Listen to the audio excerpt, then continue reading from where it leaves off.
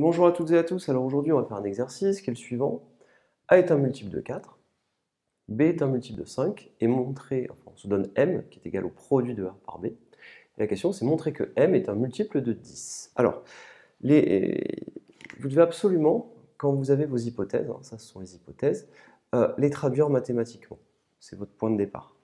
Il faut écrire M, on vous le donne, M c'est A fois B, vous pouvez l'écrire.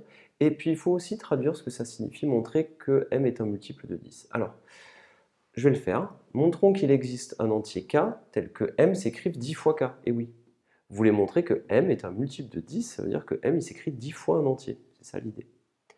Donc c'est toujours très bien au niveau de la méthode que d'écrire ce que vous voulez montrer et de le traduire mathématiquement.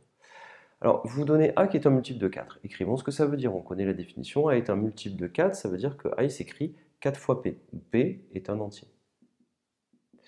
B est aussi un multiple, B est un multiple de 5, je n'ai pas recopié ce que ça veut dire. B est un multiple de 5, ça veut dire que B il s'écrit 5 fois P'. P' est un entier.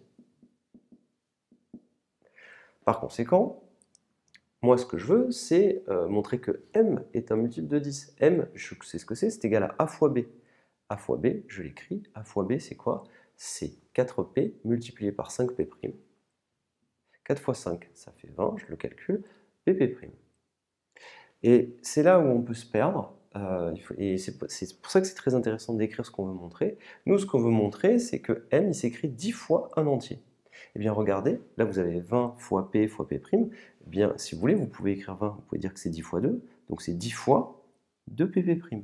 Et vous voyez bien que le cas que vous êtes en train de chercher, le cas dont vous voulez prouver l'existence, eh bien, il est ici, c'est 2P'. C'est ça le cas. Par conséquent, on y est. On a montré l'existence d'un entier tel que M s'écrive 10 fois cet entier.